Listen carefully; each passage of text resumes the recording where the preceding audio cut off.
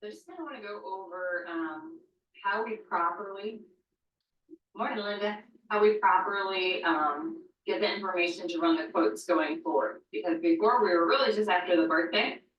So I need to redo the training video on that one. Gotcha, Shonda, no problem. We actually give it a couple more minutes so everyone can get loud and going. It looks like everyone's logged in. Monday, you tell us Monday. Everyone's got their Monday faces on. They really are.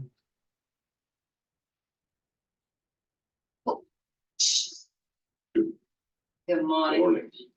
No, that voice anywhere. Morning, Mitchell. Morning, Andre. Good morning, everyone. Andre, you usually log on twice. Mark Jaffe's my hero. Mark's your hero. Mine too. Mark Jaffe's my hero. I'm gonna send that man a cape. You put that on my to-do list, order a soup. I know, man. Along with the Big- fart, along with the fart spray. No, no fart spray. We will have to bring back the infamous wheel, yes, because we still have fart spray and debris and fun stuff to send out. So we will have to We had- put that out. Couldn't get our website connected to the CRM, and Mark just busted his tail. I mean, he didn't give up or give in. He finally got it done. I'll tell you, so folks are probably not gonna, just a little bit of context here. The CRM tool that some people have participated in the first wave of, most people, it was a pretty seamless process connecting their domain to the CRM. But for whatever reason, Kevin's fought tooth and nail, and this very fun little anomaly took place. Evidently, he was not the first person to think of legacyprotectioninsurance.com. Someone else had thought of it at some point in the past and had used the same CRM tool and had attached that domain to their account. Oh, Wow. And so everybody that I know, all my tech people, were in disbelief that that was the case. And so finally we got the publisher, the author of the software involved, and they were like, that is exactly what's going on. And that account is going to be activated. So let's pull that domain so you can use it. First thing this morning, we got that all settled. Nice job, bro. Nice job, man. Andre, I'm supposed to meet Chris, who I believe is the guy that's working with you on some of the advanced markets. I'm supposed to meet with him later this week too, just to get that introduction, so. Yeah, keep working with him. Sounds like, from what Adam said, he's a solid guy. And Keith Funseca, I spoke to him this morning too. He said if you need any help, you can always reach out to him as well. He's more than happy to help you. So lots of resources there for you. When you're not playing golf, all over. All right, so let's start this again. So we're gonna go over, Mr. Voice. We're gonna go over how to properly get like the introduction on that first call, because before we were really only after the birthday.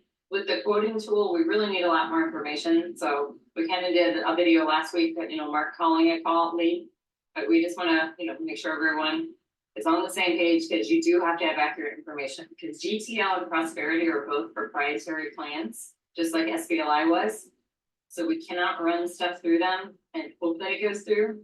It's like GTL, they get charged $250 every decline. If we run a bunch of stuff through and it gets declined, they'll drop us from that. We don't want to lose them because their rates are phenomenal if they qualify. So we got to make sure they qualify. Merck had a couple issues with Prosperity. It seems like it was issues on the back end with them. So if you do have any issues, let me know right away. So we can address those. But make sure you're using the quoting tool and make sure you're getting all the, you have to ask their height and their weight. You have to ask, hey, what prescriptions are you on? We didn't do that before, but we need to make sure that we're asking that. So I'm gonna pick on Mark, since Mark's, been here a minute. He knows how to qualify people, and we're gonna role play. Mark, do you want to be the client? Do you want to be the prospect, or do you want to be the agent? So because of what you just said, and I know how to do it, if you want, I can do the agent, so you all can see how I do the questions and transition as I hear them. Okay. Yeah. Perfect, yeah. Okay, so I'm your prospect then. Yeah, so good morning, Misty. This is Mark with the First Responders Life Insurance Program. How are you this morning? Hey, Mark, I'm good. Still working on my coffee. How can I help you? I am also working on my coffee. Yeah, that's a necessary start of the day, isn't it? So I'm gonna be helping you get those programs put together, and I'm gonna be getting those options out to you today. In order for me to do that, I just need a little bit of information. I either need your age nearest or your date of birth. 11,775. 85 if anyone else asks though. 85, okay, all right. Hey, that was the same year I was born, we're the same age. And so, perfect, perfect. And have you used any tobacco or nicotine products in the last 12 months? No. How about the last 36 months? No, never smoked. Never smoked, never got caught? No. Okay, speaking of never got caught, do you have any criminal history? You ever got caught robbing a bank, hijacking a train, disappearing a neighbor, anything like that? No, never got caught. Never got caught. That's what matters. That's the important. All right. How about health? Any major medical issues? Any heart issues, strokes, cancer, seizures, diseases, fun mental disorders? Nope, still never got caught. No, it's just you in there. Okay, that's good. All right. And then anything common like high blood pressure, diabetes, high cholesterol, or arthritis? I am diabetic. All right. And about how old were you when you were diagnosed with diabetes? It's like 10 years ago. 9. Okay, so you were born in 75, you were diagnosed in 2012, 2014. So right about 40, 45, 40? Would have been like 35-ish. Oh, yeah, you're right. Okay, great. And so then, perfect. And then how many prescriptions do you have to keep your diabetes under control? Just metformin. Just metformin? Okay, so never had insulin or anything like that? No, No complications, no eyes, no kidney issues, no tingles in your fingers or toes? nope, not that I'm aware. All right, wonderful, wonderful. So you'll be okay. All right. And then any respiratory issues, asthma, emphysema, COPD, or sleep apnea? No. Okay, so your spouse is able to sleep then? Yeah. Okay, great, great. And speaking of which, are we just doing quotes on you or are you and a spouse? And I kids? mean, we should do both. Okay, all right. So same questions for your spouse then. How age nearest or date of birth of your husband? 2,975. He's not a Tobacco for him? He has high blood pressure and high cholesterol. His work eating habits at a station. Yeah, well, that's normal. What does he do? He's a fireman. Oh, okay, all right. So yeah, eating habits are a thing. But at least he gets to go down the cool pole, right? They still do that? No, they don't do that anymore. They don't do that anymore. When the stripper poles came out, they took away those poles. Oh, lame, that ruins the whole image. All right, and so same sort of things. Any health issues besides the blood pressure and the what did you say, diabetes? High cholesterol, High cholesterol. blood pressure and high cholesterol. No, he's pretty healthy otherwise, and he's pretty fit. Okay, all right. And for his blood pressure, how many prescriptions does he have to keep that under control? Just one, but I don't know what he's on. Okay, all right. And then same thing for the cholesterol. How many prescriptions? I don't even know if he's on anything for cholesterol. I just know he keeps saying we need to eat better because he has high cholesterol. Got it.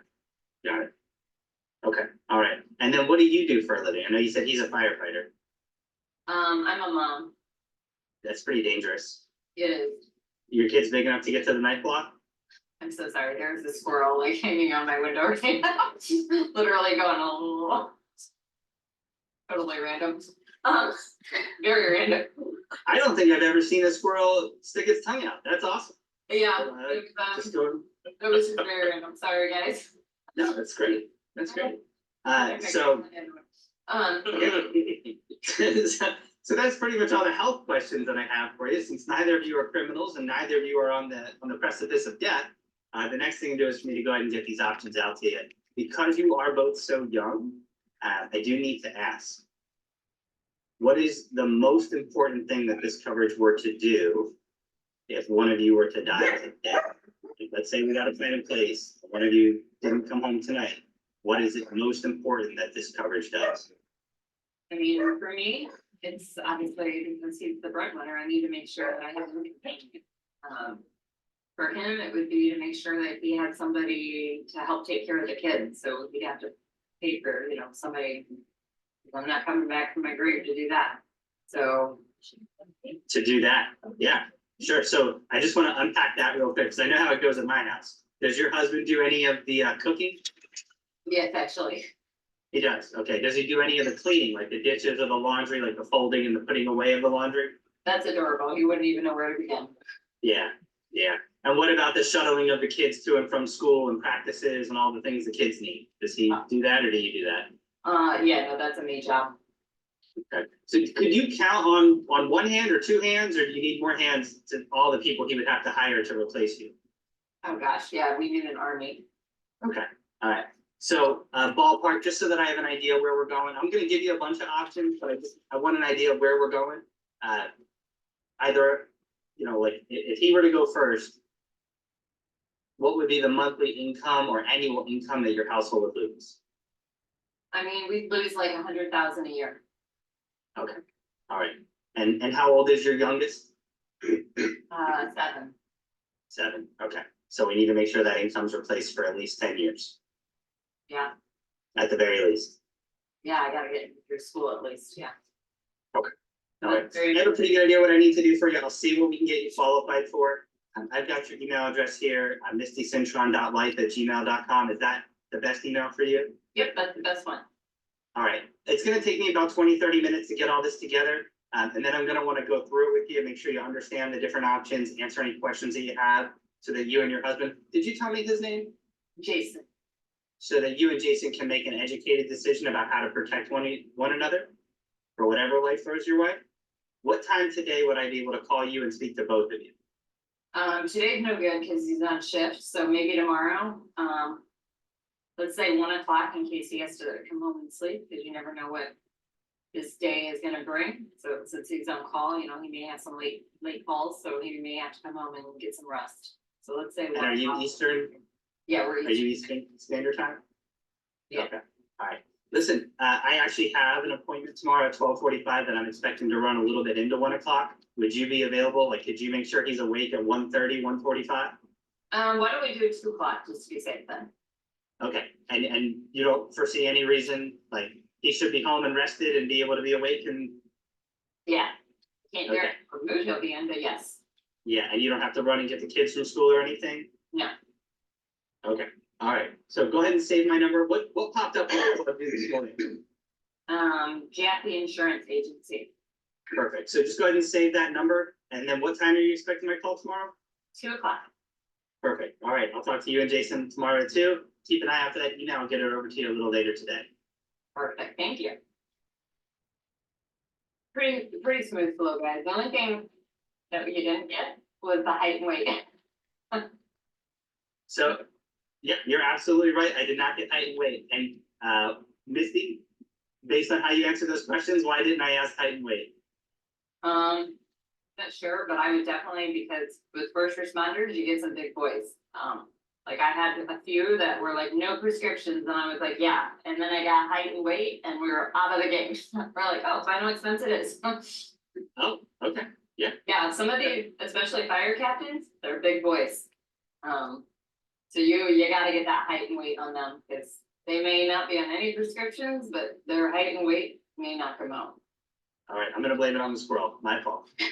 Yeah, that squirrel was very, I'm telling you, I was watching him in the yard, he was carrying something, and the next thing I know, he's on the window, like looking at me like a psycho squirrel.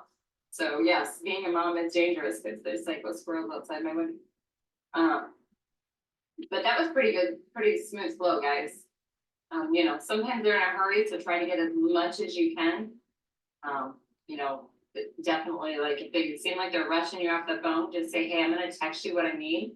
If you can just send me back that information, that'll be able to help me get, and I'm gonna change the copy and paste template for that first email. To reflect that today, so you'll have it, that way you're getting as much information so that we can really make sure when we're sending quotes out, they're very accurate. I started going through mine yesterday, like resending, I was like, hey, we revamped the, first responder program, and we qualify for an even better rate. Or you may qualify for the plan that has more living benefits. So I need some additional information so we can review your options. Like I had like 40 emails out or texts out, and I had over 20 respond. And I'd say 12 of them I had to redo. So either prescriptions or height and weight. I was like, oh, yeah, that's not qualify. Hey, I have a question for Mark. Yeah, go ahead, Tony.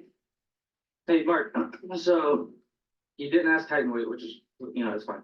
I was just wondering, was there something like critical thinking wise that you like just chose to leave that up, or what did you just forget? Not busting you or anything, just asking. So, I'm gonna share that, at our previous company, our bill charts were extremely liberal. And I never really had an issue with height and weight. What I would look for when I was doing those underwriting questions would be a combination of conditions, right? So I would ask height and weight if I heard 2 out of 3 of these things.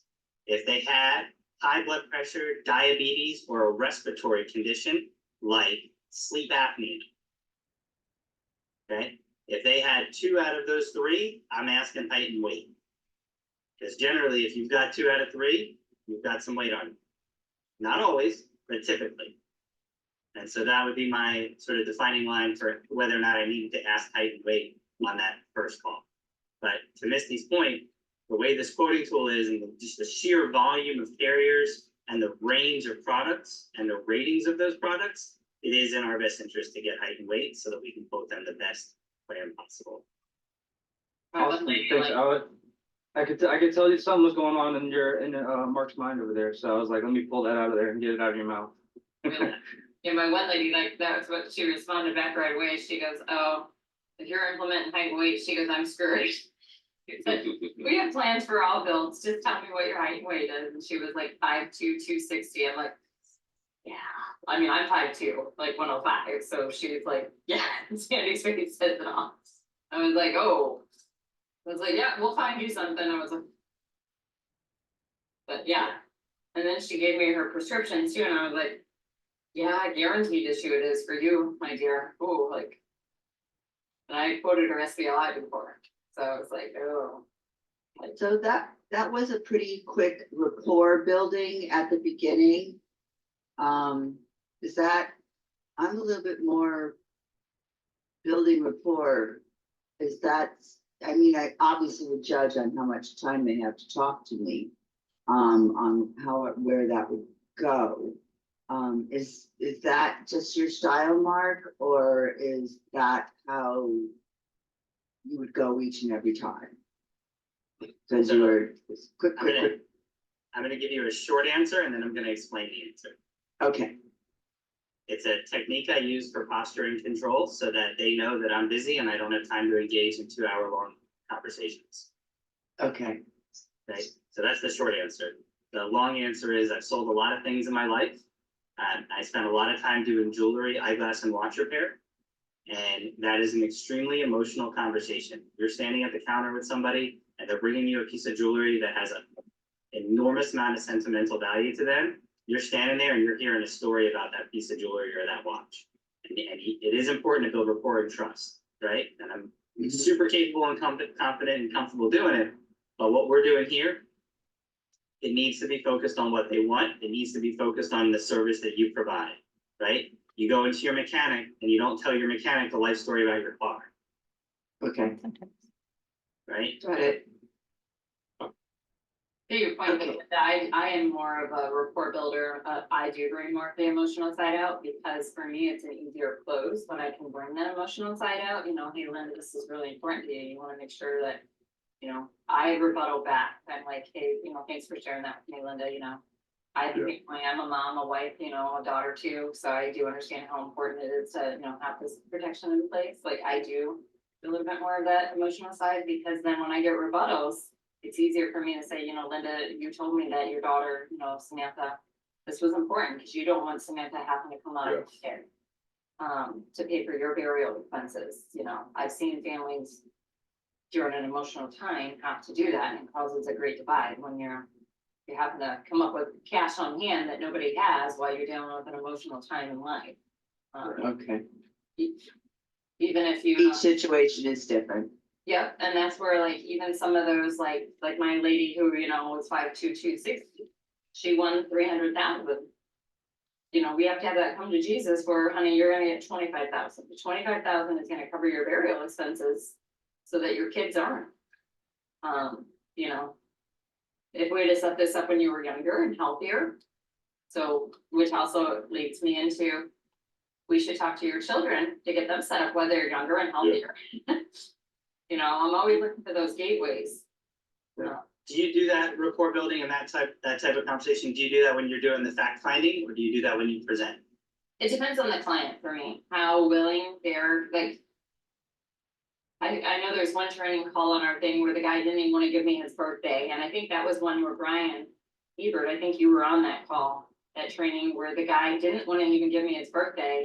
And then by the end of it, I couldn't even get off the call with the guy. I think he may have been on that one. Yeah. You know, then in the beginning, the guy, so I was literally calling leads that day, so they were fresh. I had no idea what we were gonna get, and the guy was like, did not want to give me his birthday. He's like, I'm this age, and I'm like, okay, well, I mean, the carrier actually goes by your birthday, but you know, so were you born in this year or this year? That makes a difference.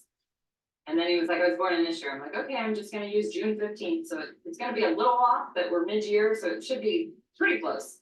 And then by the end, just because I was building that rapport, I got to hear all about he was going through a nasty divorce, and his purpose was he wanted to leave his grandkids something because he can no longer talk to his grandkids if they were his soon-to-be ex-wife's actual kids. So you know, they were important to him. He just wanted to leave that little bit of legacy to them to remember him.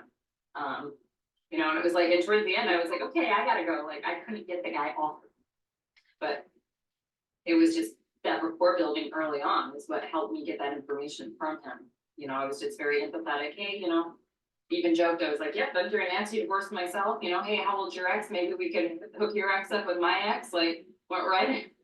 Like, I remember that call. misery loves company. Let's hook them up. Like, this could be a win-win for us. Yes, Kevin. Real quick, I was just gonna say, what I picked up from Mark was, again, that building rapport and the trust. And I think one really solid way you did that, Mark, was when you were asking, you know, why do you need coverage? If something, you know, were to happen, what's the purpose of the coverage? And you know, what do you need it for? By doing that, to me, helps solidify that trust, because they're thinking, okay, this guy really cares about me. So when you build that rapport and trust up front, now they're more apt to want to hear the proposal. If you build that trust and rapport up front, if you don't, then, you know, they're gonna just blow it off in the end, I You think. get their why. The Yeah. why is very important, you know, because that Great way to why build trust. lock it in, yep. And people's whys are different. Like when I did mortgage protection, usually those would be on a Zoom with a couple, and I would literally ask them, you know, hey, Andre, if you pass away, if she passed away tomorrow, are you staying in the house or you selling the house? Sandy, if Andre passes away tomorrow, are you staying in the house, you selling the house? And it would be funny because couples would look at each other because they never had that conversation before. And then sometimes if they were like, no one was answering, I'd be like for me, I'm staying in the house. We built this house, this is where our memories are. Now my husband says he's selling because it's too big and he's moving on the water where it's less to take care of. I'm like, so we have different goals, so. Sometimes you have to pull that why, like they know that they need life insurance, but they don't really realize that, you know, it's something they may have intended they were looking at as just a luxury. But then once you get that why out of them, they realize it's a necessity, not a luxury. So it helps you close that deal. You know, there's no thing, Mark, you had mentioned early on, the very first training I went through with you, if you don't mind talking about this. And that is, you recall talking about the fact that after you deliver the life policy, what are the things you asked, a couple of requests you asked of them? I know I've got it written down, but maybe you might be better to share it. Like for instance, about the referral and get, you know, send, you know, text your contact information over to their beneficiaries. Yeah, I like that. How you have them text their beneficiaries, your information. I've actually incorporated a couple of things into my closing now, since we switched over here. So what Kevin's referring to is at the end of the sale, when the application's done, it's been signed and submitted, and I've received some sort of tentative positive reply, right? I'll tell the client, I'll say, I've got a couple big favors to ask of you. When the policy gets approved, they're gonna mail it to you. I'll know when it gets approved. You'll know when it gets approved because you'll see the transaction at the bank. but I won't know when you get your policy in the mail. Will you call me when you get it and let me know you got it so that we can review it together? And make sure that everything I told you it would say, it says in black and white? And most people are very receptive to that. They're like, yes, of course. And then I say, great. And then one more thing that I need you to do, and this is really, really important because you did this for Jason, right? It's really, really important that you can make sure that Jason has me saved in his phone as Misty's life insurance. Okay? He does not need to know that my name is Mark Jaffe. It'd be great. Don't get me wrong. I love to know him. I love him to know me. But what's most important is that in that moment, he doesn't have to think about anything. He doesn't have to find a policy. He doesn't have to go through a bank account. He doesn't have to find an 800 number and sit on hold. He can look in his phone and go, Misty's life insurance. Call me up, tell me who he is, and I can take care of everything. Will you do that for me? And most people say yes. And see, just a caveat, in my mind, if I was to have someone like you tell me that, it'd make me not want to cancel the policy, because now I got a guy I can trust. He really absolutely cares about me and my family. That is the main reason that I do it, is to make so that they understand that I am their point of contact. That they understand that I wasn't a transaction, right? Like, I am your point of contact moving forward. Right? You're gonna call me when you get your policy, my name's gonna be all over it, like, your family's calling me, right? So that's a big part of it. And what I've started doing now, because I have the tool built into the CRM now, I ask them, I go, how was that experience for you? Could it have been any easier? And they go, no, that was great. They cheese all over me, right? And I say, great. If I sent you a link, would you be willing to give me a 5-star Google review? And they go, absolutely. And I send them a link and they leave me a 5-star Google review. Do you have it written down, your format, on how you do all this somewhere you could share with us? I don't, but I could. And that's just, it's flawless, dude, flawless. Yeah, we get that added. I always sent thank you notes, yeah, with business cards too, which helps get referrals, then you just get random people that call you and say, hey, got your card from such and such, I'm like, oh, sweet, okay, thanks. It's who doesn't love a free, lead? You can go that route too, and you can buy them in bulk and Amazon. I was just gonna say that one thing about I'll take care of it is where you'll get your referrals from. Is because they know that they have a single point of contact. And their friends will have a single point of contact, family members as well, so. That gives them just that huge safety net that they've got somebody handling their life insurance business when they can't. And that's really important, so. Absolutely. Good point. Yeah. Good point. I'm glad you all like that. Be prepared to hear this. 1 out of every 15 to 20 people are gonna say this thing. They're gonna say, well, who do they call if you're gone? Ah, And so be prepared with a rebuttal for that, okay? You will hear it. If you say it enough, you will hear it. And for me, it sounds like this. There's a whole team behind me, but the first person is my wife. She's also a licensed insurance producer, and this is a family business. So unless my whole family's taken out in a car accident, you're gonna deal with another Jaffe. Probably a better one. Just like that. Yep, you can say that. You can also say, yeah, there's a claim department on your policy that tells you, there's a whole section that says how to make a claim. But I always just tell them, but I'll be here, just give me a call. And it does suck when you do make a death claim. I will say that. They're not fun, they're not hard, but they're never fun. But okay, when you help them get that process claimed and you hear back that they got that check, that part is rewarding, because you do realize you helped a family. And that first one that you do, that will be when your eyes really open up and you're like, wow, that's a good thing I'm doing. No kidding. That's the pivotal moment of your career, is that first death claim. Yeah, full disclosure, when I made my first death claim, the lady was like, oh, it's fine, we knew I had cancer, I was like, but they came with it. but that's just me, I'm a sympathetic person. Adam asked me, can you guys, put the email, if you haven't already sent me, what email you want to use to make sure that all your correspondence going forward, can you put that in the chat or email it to me? What email? Because some of you have multiple emails. So that they can make sure that they have the right one in file for you. And to Shonda's point, yes, humor definitely helps break things down. I And could get some, I'd like some counsel from you, Misty, on that, because we've got a couple, I want to get your thoughts. We can talk later if you want. I don't want to wear us out of this meeting. Shonda, yes, I do generally try to get back to people same day. I do set that expectation that I'm doing these for you right now, we're doing this today, like, strike while the iron's hot. yeah, because, we remember when we also push, when we go to close, that tomorrow's not promised, so we don't wanna put the client off either, because if we're telling them that tomorrow's not promised, and then we're like, hey, we'll get to you when we get to you. It doesn't kind of push that sense of urgency for them. A veteran insurance broker once said to me, on the topic of calling people who just requested life insurance, calling them leads, he goes, leads are like an ice cream cone sitting out in the desert. Their interest is just melting away.